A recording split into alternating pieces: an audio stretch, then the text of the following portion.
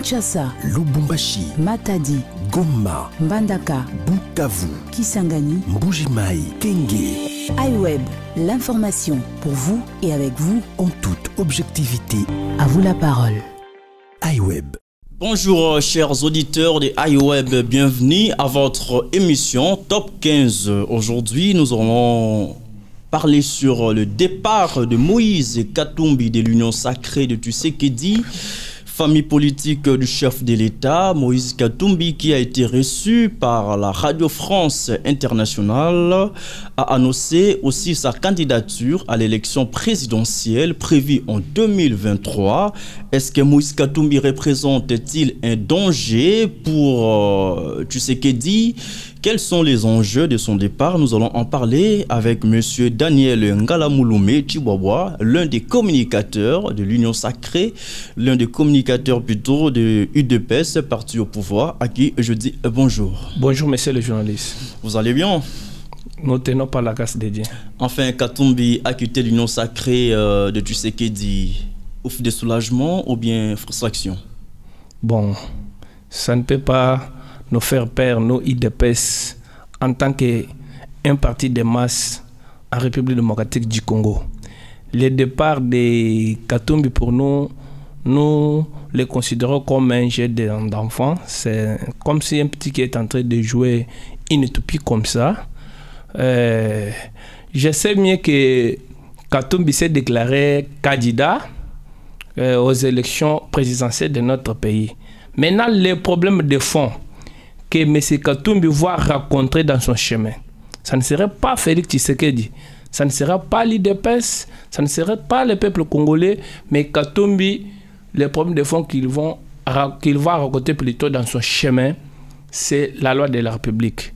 Katumbi va rencontrer la constitution actuelle qui est en vigueur, que les Belgérans nous avaient imposée dans notre pays ici. C'est bien elle qui va écarter M. Katumbi dans ce qu'il a eu comme les ambitions, monsieur le journaliste. Vous parlez que Katumbi n'est pas congolais. Pour vous, c'est un étranger qui n'a pas le droit de postuler à l'élection présidentielle prévue en 2023, si je comprends bien. Effectivement, monsieur le journaliste, la constitution est claire. Je peux vous lire quelques dispositions constitutionnelles ici pour la meilleure compréhension de l'élection. C'est l'article 10 de la constitution actuelle qui parle de la nationalité congolaise. Qu'est-ce que l'article 10 nous dit? La nationalité congolaise est une et exclusive et ne peut être détenue concurremment avec aucune autre. Vous écoutez bien? C'est une et exclusive. Elle ne peut pas être détenue concurremment avec aucune autre nationalité. Ça, c'est le premier alinéa. Voilà. Le deuxième alinéa dit ceci. La nationalité congolaise est soit d'origine, soit d'acquisition individuelle.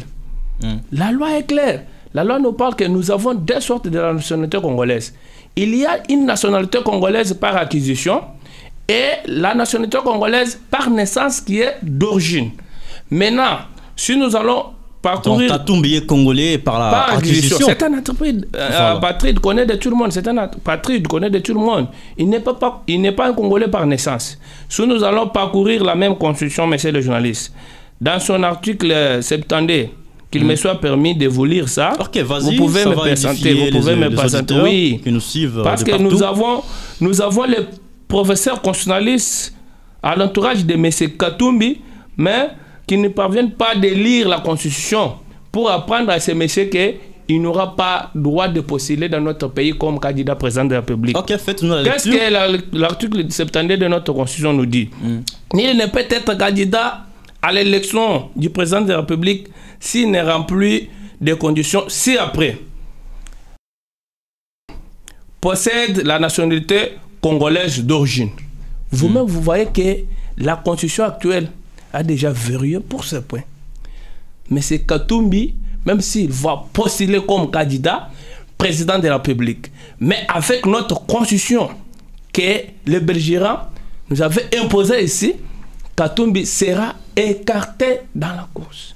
Mais c'est le même Katumbi qui a été élu 2 fois député. Il était gouverneur de l'ex-province du Katanga. Et quand il était élu député et nommé gouverneur, là, il était congolais. Aujourd'hui, il n'est plus congolais parce qu'il a quitté l'Union sacrée de la nation. La même constitution me donne raison, monsieur le journaliste. Mais c'est la même constitution qui a été à l'époque. Par rapport Katumbi, meilleur gouverneur. Par rapport avec la candidature dans la législative nationale, tant que provinciale, la constitution n'a pas varié. Elle a varié seulement dans la magistrature suprême, soit pour les 2 dirigeants des parlements. Pour que tu sois président du Sénat, soit de l'Assemblée nationale, tu dois être de la nationalité congolaise d'origine. Ça, c'est l'article 111 de la Constitution. Si nous allons le parcourir, vous-même, vous verrez que je suis en train de vous dire la vérité.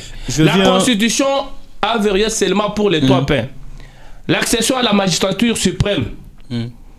Pour devenir le président de l'Assemblée nationale, soit président du Sénat, c'est-à-dire pour les 2 présidents du Parlement congolais, comme notre Parlement est bicaméral, tu dois être un Congolais d'origine. Pas un Congolais par d'acquisition.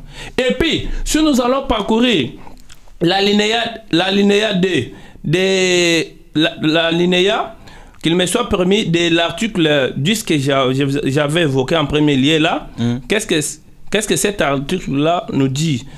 Dans son 2e alinéa, qu'il me soit permis, je suis un juriste. Vas-y. Nous sommes souvent, nous avons l'habitude d'évoquer des dispositions légales dans des cas pareils. Qu'est-ce que cet article-là nous dit? Un Congolais d'origine, toute personne appartenant au groupe ethnique dont les personnes et les territoires constituent ce qui est devenu le Congo, c'est-à-dire présentement la République démocratique du Congo. C'est-à-dire l'article 7 alinéa clair, qu'est-ce qu'il nous dit? Il nous dit que pour que tu sois un Congolais d'origine, tu dois avoir d'abord ton papa, Congolais d'origine, ta mère, Congolais d'origine, ta famille d'origine congolaise, tu dois avoir d'abord ton groupement d'origine ici au Congo, ton village natal, tu dois avoir ton secteur, ton territoire, ta province. Vous voyez que la loi est claire? Bon, là c'est l'UDPS, mais le président de la République, je suivis tout à l'heure une vidéo publiée sur les réseaux sociaux. C'était, je crois, en 2018, avant l'élection présidentielle. Mais c'est Tshisekedi qui était en train de parler. Il a dit, en tout cas, Katumbi c'est un Congolais. Ceux qui disent qu'il n'est pas Congolais, ils disent ça parce qu'ils veulent l'écarter à l'élection présidentielle. Moi, quand je serai au pouvoir, je vais mettre tout ça de côté. Aujourd'hui, vous changez les discours, vous contredisez le président de la République qui avait plaidé déjà à l'époque pour Moïse Katumbi. Mais c'est Tshisekedi n'est pas un juge constitutionnel, mais c'est le journaliste qu'il me soit permis de vous dire ça. Mais c'est Tshisekedi est notre président de la République selon sa spécialité qu'il a fait comme étude. Si vous allez parcourir, vous ne trouverez pas aucun endroit que Tshisekedi a fait le droit. Ces matières relèvent à la compétence des juristes. C'est aux juges constitutionnels qui peuvent étudier la candidature de M. Katumbi. S'ils vont trouver qu'il a une nationalité congolaise d'origine, sa candidature sera retenue sans problème. Mais si les juges de la Cour constitutionnelle vont trouver que ce monsieur a une candidature, une nationalité plutôt par acquisition, il sera écarté de la course, monsieur le président. Parce que c'est la loi. La Constitution, c'est la loi suprême de notre pays. Nous, en tant que peuple congolais, nous ne pouvons pas violer notre constitution parce que les juges constitutionnels, leur rôle est de veiller sur la constitution.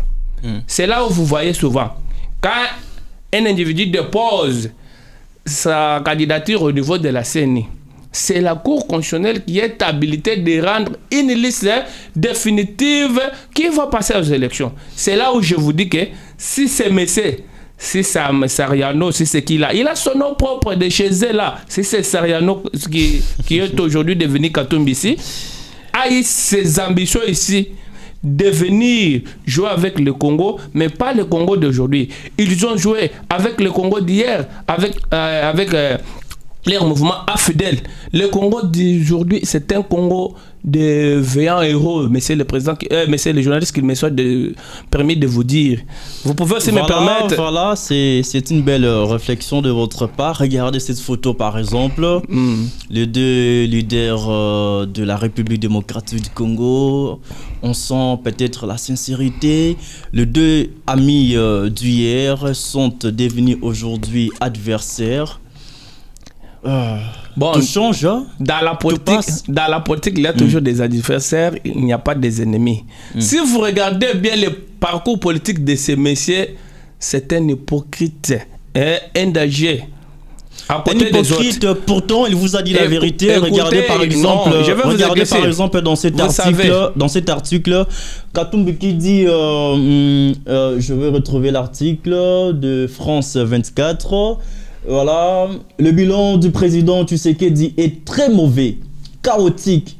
J'ai donné des conseils en interne, j'ai proposé un cahier de charges qui n'a pas été considéré. Fin de citation. Là, c'est Katumbi. Il était clair avec vous. Il vous a proposé un cahier de charges que vous n'avez pas consulté. Avant de vous répondre à cette question-là que vous venez de me poser, je vais d'abord vous ramener pour vous montrer que ces messieurs, c'est un traître.